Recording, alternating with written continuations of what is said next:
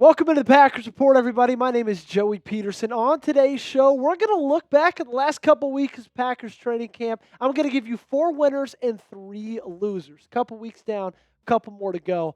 I'm just excited for this preseason to start rolling out this upcoming Saturday. Before we get into the content, though, make sure that you guys are subscribed because we crossed 9,000 subscribers. Shout out to every single one of you guys who have joined us already. And if you haven't, today is the perfect time to do so because my goal is 10,000 subs by week 1. We need 979. How cool would that be if we got them all today? If you haven't joined us yet, do it right now. Hit that big red and free subscribe button.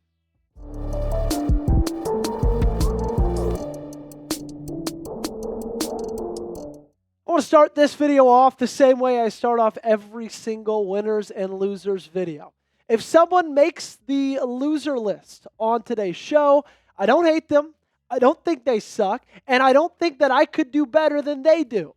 It's just some people's stocks are a little bit down from where they were a couple weeks ago, and some people's stocks are on the rise. And speaking of stocks on the rise, we're going to start with our main man, Matthew Golden, the wide receiver out of Texas, your Green Bay Packers first-round pick in the 2025 NFL Draft. The case with Matthew is just consistency so far throughout the entirety of training camp. And he's been consistently dominant.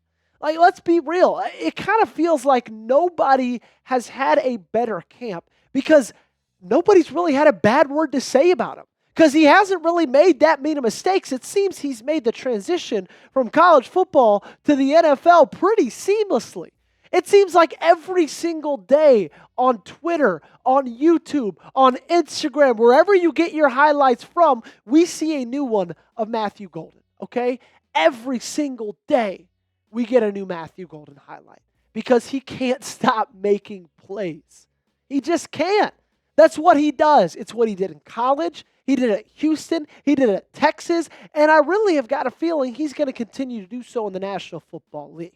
They're already putting not a lot on him, but they're showing and proving to everybody, hey, they got a lot of trust in him. If you look at the snaps from family night on Friday night of wide receivers out wide, right, not in the slot, he led the entire team with 22. Romeo Doubs in a quick or close second place at 20. Malik Heath at 16. Savion Williams and McCall Hardman both at 4. And then he also added 5 snaps in the slot as well. He's got some elite traits, to put it lightly, right? He has phenomenal hands. He rarely drops anything.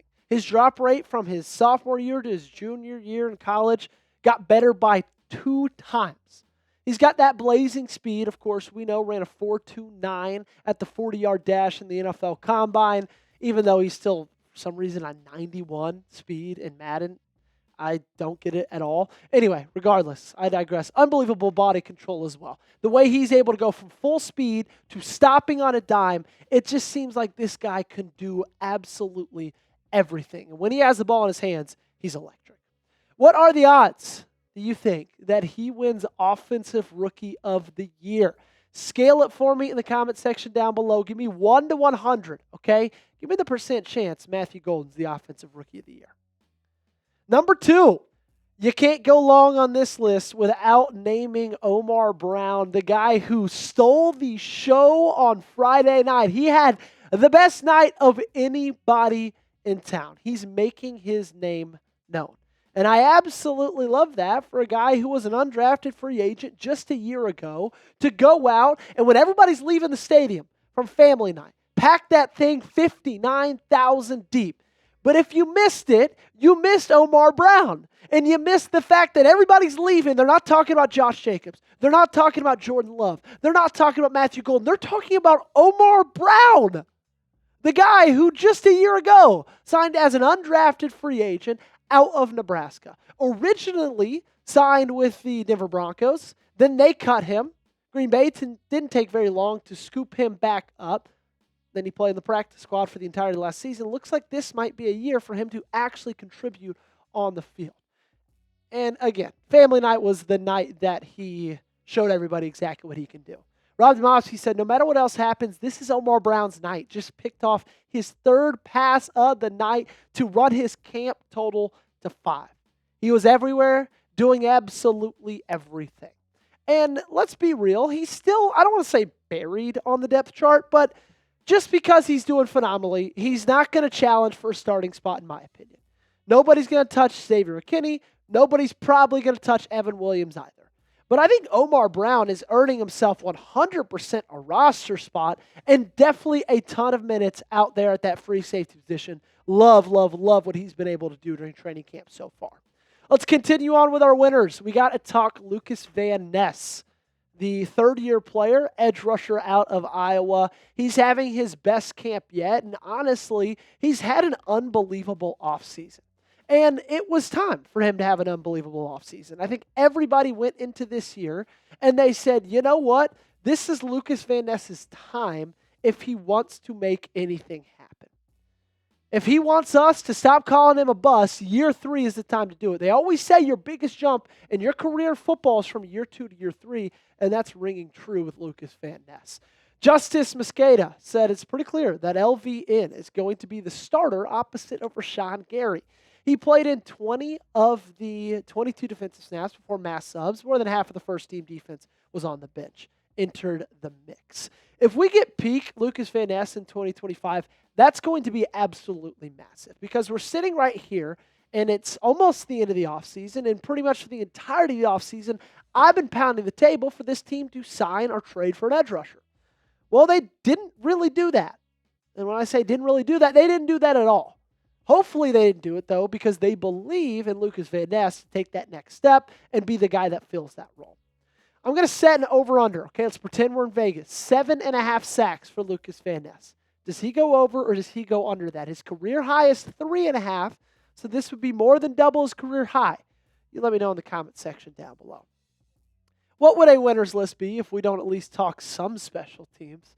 Of course, I'm talking about the kicker, Brandon McManus, because he has been perfect. Well, almost perfect. 36 of 37 so far in training camp.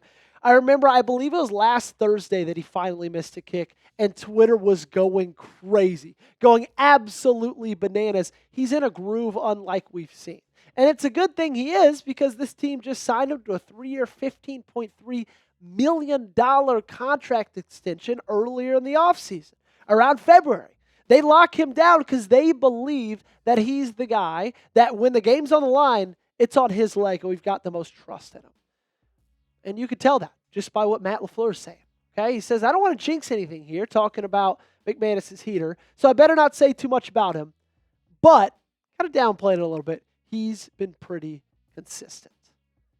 Anytime you have the utmost confidence in your kicker is such a luxury in the National Football League.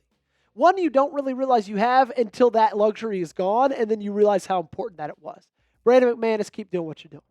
Coming up, we got 3 losers to talk about in training camp, okay? Maybe not losers. We'll call them 3 not winners. Stick around. I cannot wait to see what you guys think about that list. Before that, though, I need you guys to act fast and act today because you can get a Packers jersey for 25% off if you use code CLASS over at Fanatics. I made it super easy for you. All you got to do is go to chatsports.com/Packers jerseys. That link is in the comment section and description of today's video. And if you check out, use code CLASS, you can get that jersey for 25% off right before football season, right before the preseason kicks off on Saturday. This is the perfect deal, perfect time to take advantage of it. Again, chatsports.com/Packers jersey. That link's in the comments and description of today's video. And use code CLASS when you're there, 25% off your choice of any Packers jersey. All right, let's talk about the losers. And we're going to go through these ones a little bit more quickly. We're going to start with Marshawn Lloyd. And I hate having Marshawn Lloyd on this list. I really, really do. Because I love him. Like, I think he's, if he could stay fully healthy, would be an absolute star in this league. But that's the big, big, big asterisk right there. If he can stay healthy.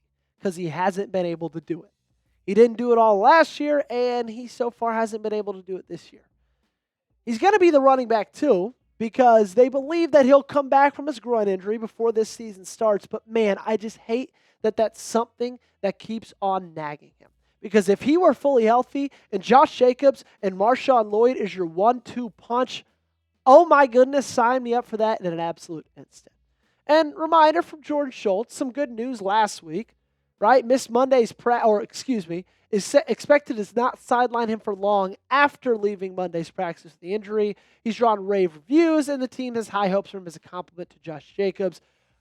As of right now, abductor injury should be out 1 to 2 weeks, but regardless, missing time in training camp, being injured yet again, lands him on the losers list. Let's talk another loser, a guy we've mentioned already in today's episode. Let's discuss Kingsley Igbari, the guy whose spot Lukas Van Ness is taking right from him. And that's the reason that he lands on this losers list, right? Not because he's been playing poorly, but because he had a starting position, and now because Lukas Van Ness is playing so well, it's gone. He doesn't have that anymore.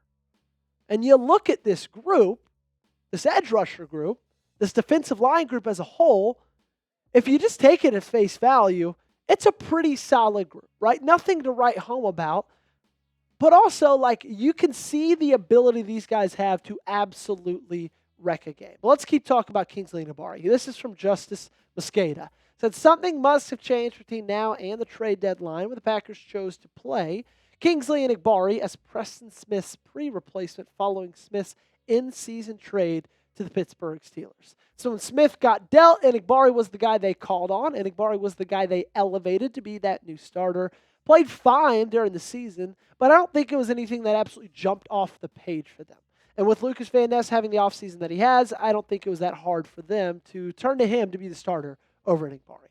It's your turn, okay? I got one more loser for you, but I need you to name a winner and a loser in the comment section down below from the last 3 weeks of training camp. Don't be shy. Get down in the comment section and give me your answer. Up last, let's talk a little bit of Evan Williams. And I don't want to say he's a loser because Omar Brown did so well. Evan Williams is still going to be the starter, but he's got a little bit more competition than originally thought of before. And Dylan, you can throw that safety depth chart up there right now if you want to look at kind of the room and how it looks right now. I know we looked at this earlier, but it kind of seemed going into the season that this was Evan Williams' job and nobody was going to take that from him. But if Omar Brown continues to play the way that he's been playing, does Evan Williams get challenged for a starting spot? Because I think that he might. Now, I'm not selling any kind of stock in Evan Williams anytime soon. I think that would be really, really silly to do that. And honestly, if you're Evan Williams, you might even look at this as good news of hey, if I get off the field, I've got a guy behind me that I can be really, really confident in. Okay? So that's great, but also at the same time, I think he's a little bit, I don't want to say more nervous, but he's got to be a little bit more focused to keep that starting spot that I think he was just a couple weeks ago.